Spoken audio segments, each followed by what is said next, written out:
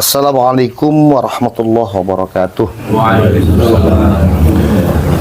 Bismillah, alhamdulillah, wassalatu wassalamu ala rasulillah, amma ba'du.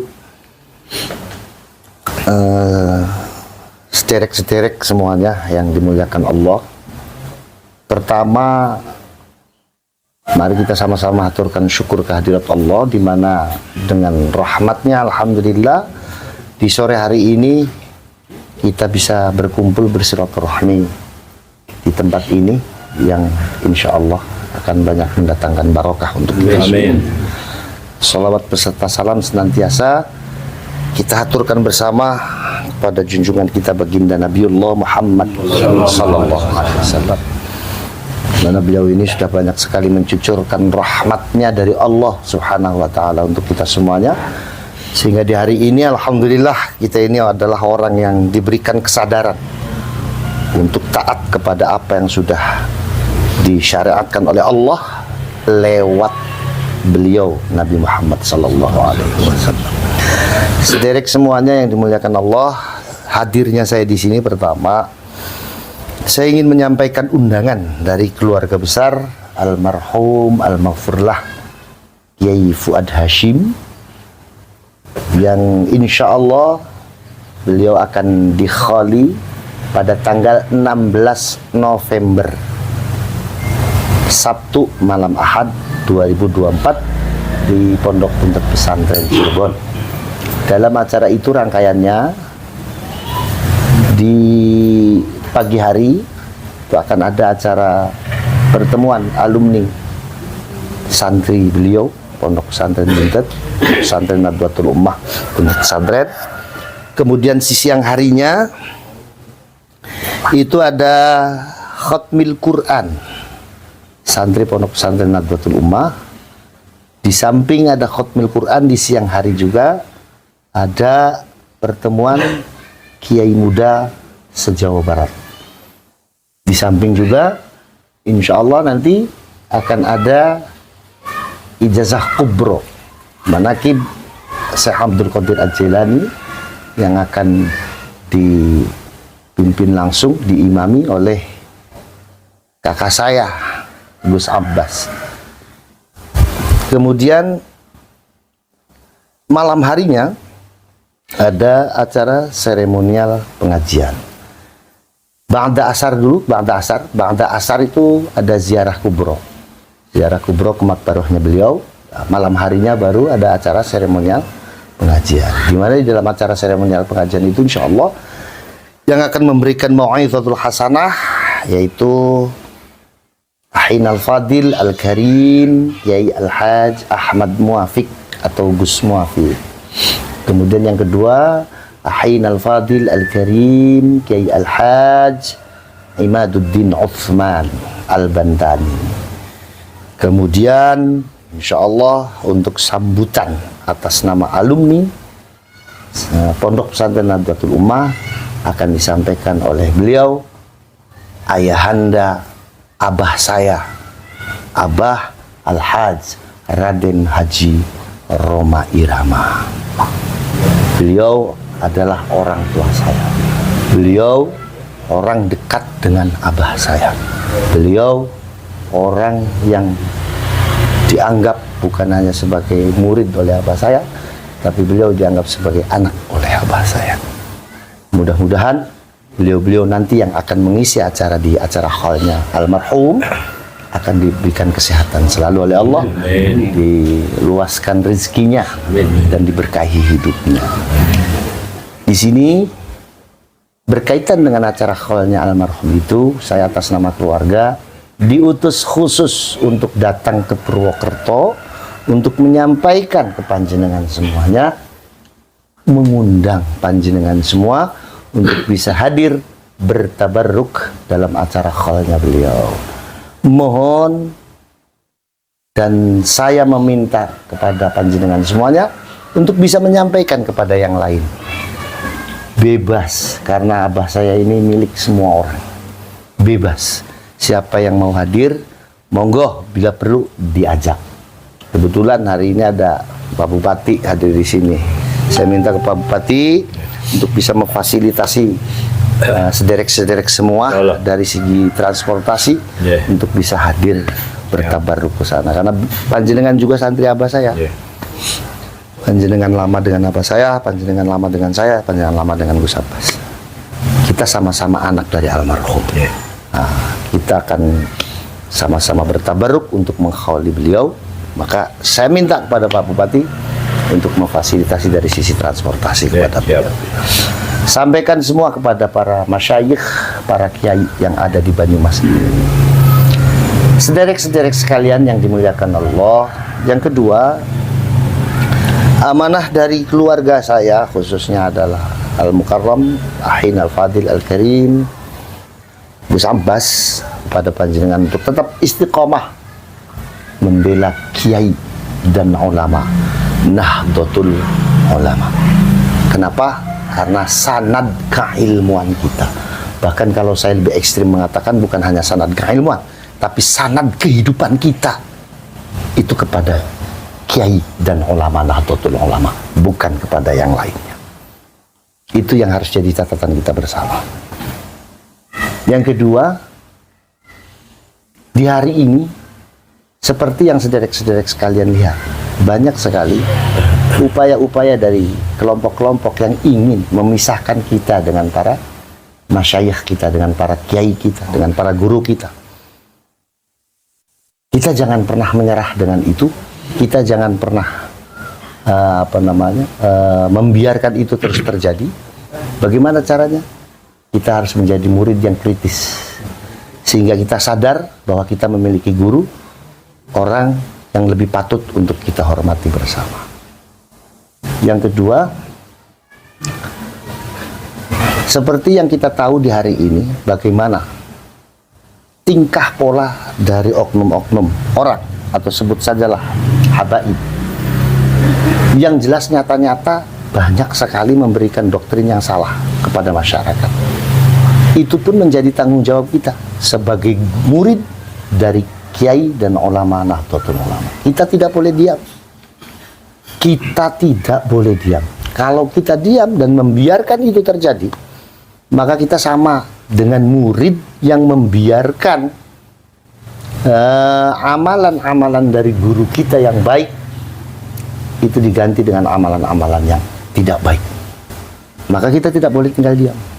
Kita harus terus berjuang kembalikan masyarakat kepada kiainya. Karena kita sudah tahu dan kita sudah mendapatkan pelajaran banyak. Masyarakat ketika dipegang, diasuh oleh kiainya, masyarakat akan tenang, khusyuk dalam beribadah, istiqomah dalam beribadah, dan ghirrah, semangat untuk mendidik anaknya dengan keilmuannya akan sangat tinggi. Tapi ketika umat masyarakat dipegang bukan oleh kiai, bukan oleh ulama, kita tahu bagaimana di hari ini masyarakat kita ini sudah banyak sekali mengalami degradasi moral yang sangat luar biasa. Kalau ekstrimnya saya ngomong, masyarakat sekarang itu sudah banyak yang tidak dipegang kiai, sudah banyak yang tidak diasuh kiai. Itu bukan kemauan kiai, tapi kemauan masyarakat karena memilih orang yang dianggap lebih mumpuni ketimbang kiainya sendiri. Habib dalam hal ini, orang lebih memilih Habib. Habib dianggap lebih mumpuni segalanya dibanding dengan kiai kita. Kenyataannya apa? Ketika masyarakat dipegang oleh Habib, masyarakat kita ini tersasar jauh dari akhlak-akhlak Islami. Masyarakat kita ini melenceng jauh dari akhlak-akhlak Islam. Dan kita sebagai santri, kita sebagai murid ulama Nahdlatul Ulama, kita tidak boleh tinggal diam. Kembalikan masyarakat kepada kiainya, agar nilai-nilai akhlakul karimah, nilai-nilai akhlak Rasulullah SAW bisa kembali kepada masyarakat. Pak, sekarang ini sudah banyak sekali anak-anak yang sudah tidak lagi mau sungkem kepada gurunya. Betul nggak? Ya kan? Sampai terasa nggak? Ketika di forum hadir kiai kita yang mengajarkan alif bata yang mengajarkan tata krama dan akhlak di desa, yang mengajarkan bagaimana caranya hidup yang baik sebagai masyarakat di desa. Lalu kemudian hadir sosok seorang Habib yang dia adalah orang baru dikenal.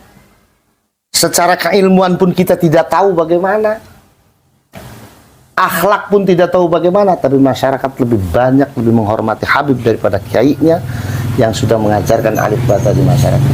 Sampai sadar nggak? Ini apa yang terjadi? Apa?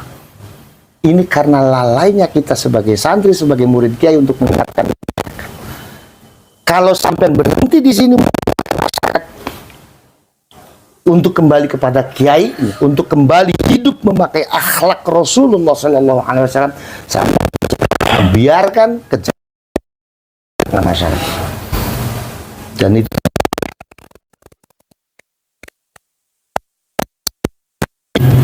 mau Habib.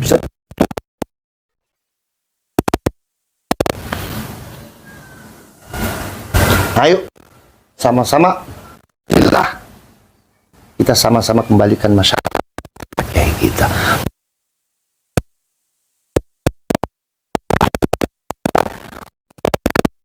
Sebagai Fuad pun di untuk memberi kepada kiainya, untuk memberi kepada agar masyarakat bisa hidup sesuai dengan tuntunan agama Islamnya, memakai akhlak Rasulullah SAW. Itu pesan dari keluarga, sederek-sederek sekalian. Mungkin ini jenengan merasa capek, mungkin di hari ini jenengan merasa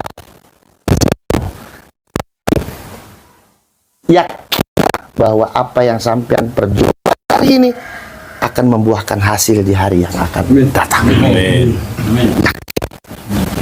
Bagaimana akhlaknya kita yang nggak pernah capek mendidik kita. Kita contoh akhlaknya kita yang tidak pernah capek menasihati kita, yang tidak pernah capek mendoakan kita. Sepakat? Sepakat? Insya Allah kita semuanya akan diberkahi oleh Allah Subhanahu wa Ta'ala. Amin ya rabbal alamin. Mungkin itu, wallahul muwaffiq ila aqwamit thariq. Wassalamualaikum warahmatullahi wabarakatuh. Waalaikumsalam. Jadi bertanya Gus. Nggih. Terima kasih. Masyarakat sudah semakin banyak yang paham tentang penyimpangan-penyimpangan yang dilakukan oleh oknum Habib, termasuk yang mengatakan penyimpangan sejarah di Indonesia ini, termasuk juga sejarah ini. Tetapi mereka saya amati juga melakukan perlawanan yang masif dengan acara konser-konser selawat. Bahkan tidak sedikit para Habib ini merangkul lembaga pemerintahan dengan konser selawat itu. Misalkan kalau di Banyumas, contohnya Banyumas berselawat dan seterusnya dan seterusnya. Nah, mungkin ada pesan untuk pejabat-pejabat pemerintah, mumpung ada Pak Bupati dari Gus Haris, bagaimana upaya pemerintah bisa ikut membantu perjuangan ini? Apakah tetap dibiarkan konser-konser selawat yang dipandikan oleh para Habib? Terima kasih. Dalam konteks bersolawatnya, kita memang tidak boleh melarang orang siapapun untuk bersolawat. Gak boleh. Dalam konteks bersolawat. Tapi dalam konteks penyajiannya, itu yang harus kita rubah. Kenapa saya ngomong begitu? Karena begini, apa yang tadi sudah dikatakan oleh Gus Mar ini memang benar. Solawatan-solawatan yang diadakan selama ini sama sekali tidak pernah membawa budaya dan seni-seni yang ada dan yang dikembangkan oleh para leluhur kita. Padahal leluhur kita ini, mereka semua ini adalah orang ahli yang orang yang ahli dalam bersolawat. Yang kedua, saya menginginkan solawatan-solawatan yang ada di daerah ini dimotori oleh pemerintah. Maaf, nuansanya tidak Arabi. nuansanya kalau di Jawa ya harus Jawa. Harus Jawa, dan itu harus dibawa. Pemerintah harusnya yang peduli dengan ini. Selama ini kan Arabi. Yamani malah. Malah Yamani. Kalau nggak ada Habibnya itu nggak bisa katanya. Nggak bisa begitu dong. Kalau ada sholawat, satu contoh ya, ada daerah mengadakan umpamalah Cirebon bersolawat, itu harus ada Habibnya. Nggak begitu. Harusnya pemerintah memotori bahwa yang hadir di situ diutamakan adalah para masyayikh. Para masyayikh yang ada di Cirebon, bukan Habib. Sekarang kan kalau sholawatan nggak ada Habibnya, dianggap tidak afdol. Nggak bisa begitu. Malah sholawatan itu, forum itu akan menjadi sesuatu yang sangat afdol ketika kita mampu menghadirkan dalam forum sholawatan itu masyayikh-masyayikh kita, dan yang memimpin sholawatan itu adalah masyayikh-masyayikh kita. Itu akan lebih afdol. Satu. Yang kedua, unsur kebudayaan lokalnya terbawa dengan menghadirkan masyayikh di situ. Contoh begini, ketika kiai hadir di sholawat dengan menggunakan sarung, baju koko, dan peci hitam, itu sudah menghadirkan budaya lokal. Bukan pakai jubah. Bukan saya melarang orang pakai jubah, bukan. Yang kedua, syair-syair yang dibawakan di sholawat semuanya itu, mohon maaf, kalau burdah atau maulid Barzanji, oke. Tapi kadang-kadang itu tim sholawatnya membawakan syair yang sama sekali itu bukan burdah. Sama sekali itu bukan maulid Nabi. Satu contoh, saya pernah menemukan begini.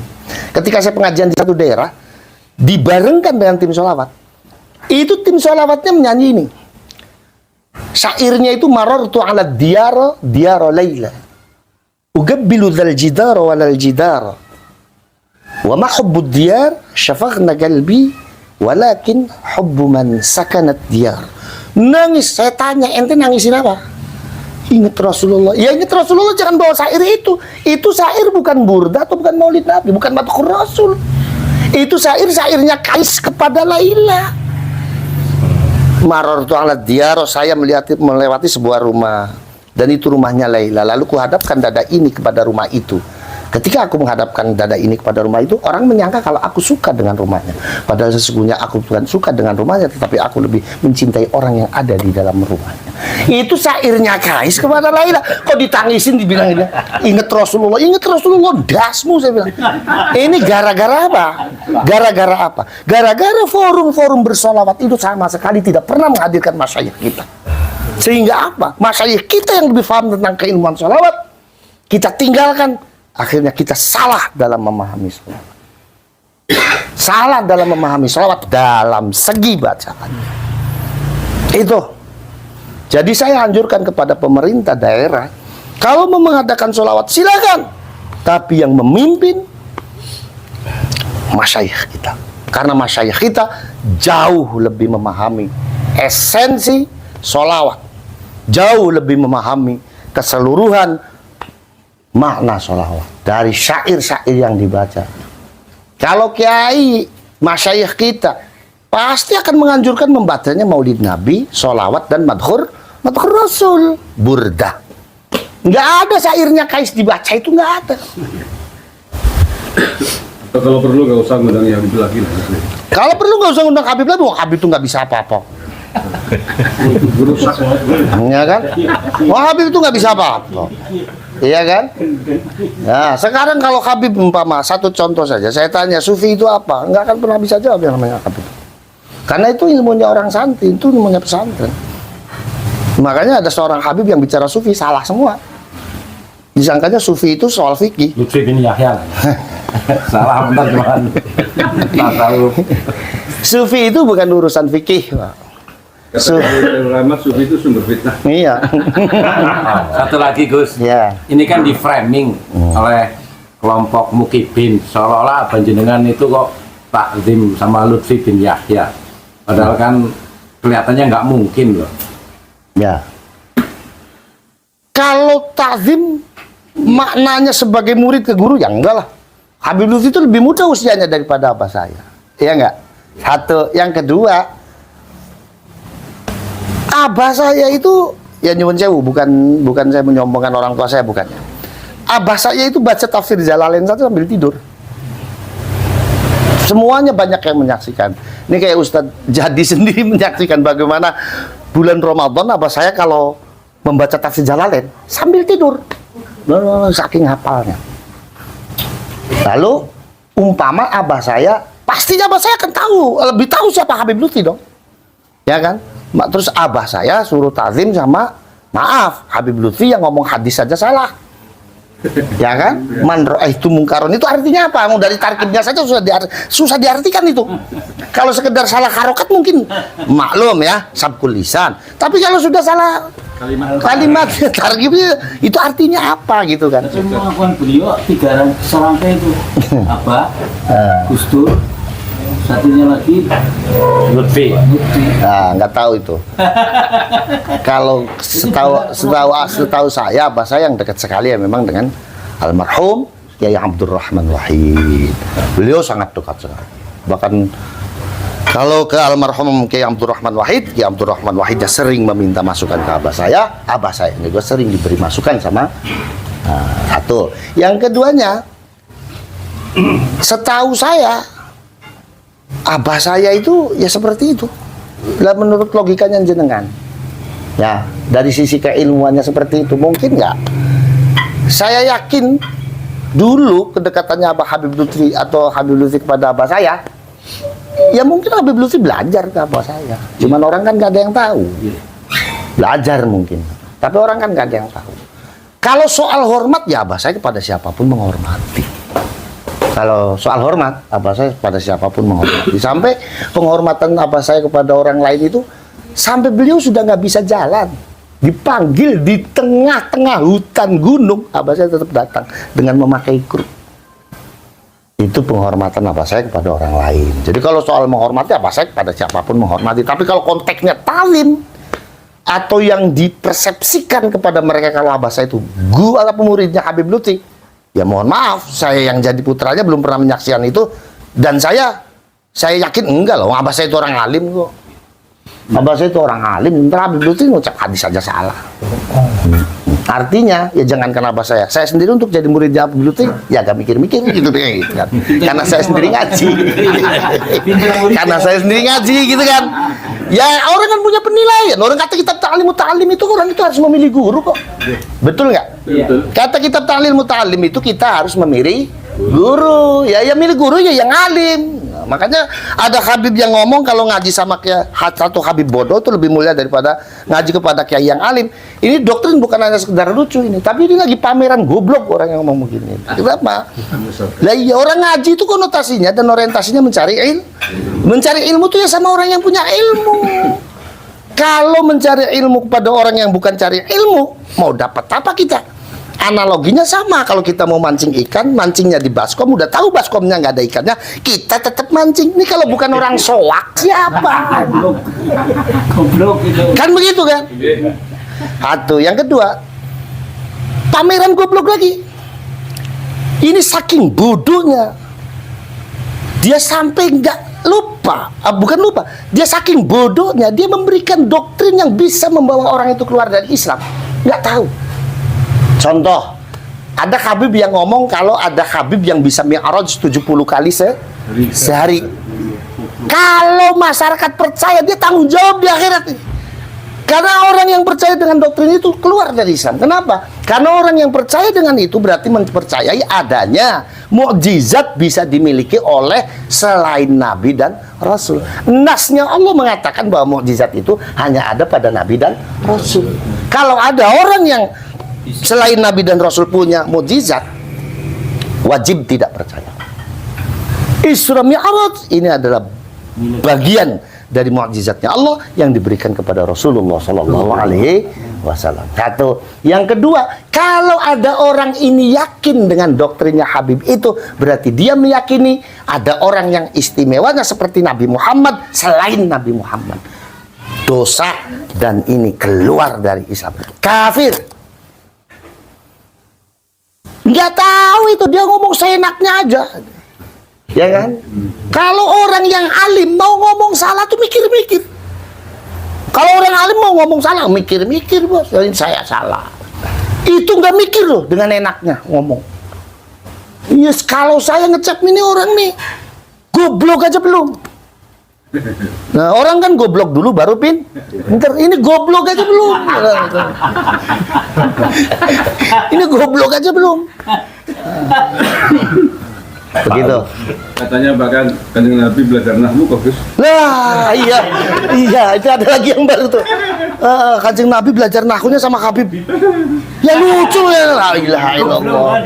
Ini ya, makanya kita ini Goblok tuh nggak apa-apa. Jadi orang goblok nggak apa-apa. Yang penting jadi orang sebelum goblok jangan.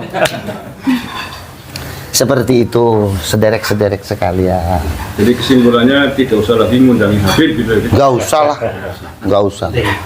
Muliakan masyayikh kita, muliakan ulama kita karena ulama kita jauh lebih alim daripada Habib. Dengan mendatangkan ulama kita, mendatangkan guru kita. Dengan mendatangkan guru kita jauh lebih berkah daripada mendatangkan orang yang sama sekali tidak punya sanad apa-apa dengan kita, tidak punya keterkaitan sanad apa-apa dengan kita. Begitu.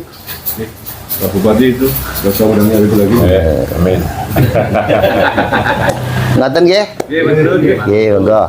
Demikian wallahul muwaffiq ila aqwamit thariq. Wassalamualaikum warahmatullahi wabarakatuh. Waalaikumsalam warahmatullahi wabarakatuh.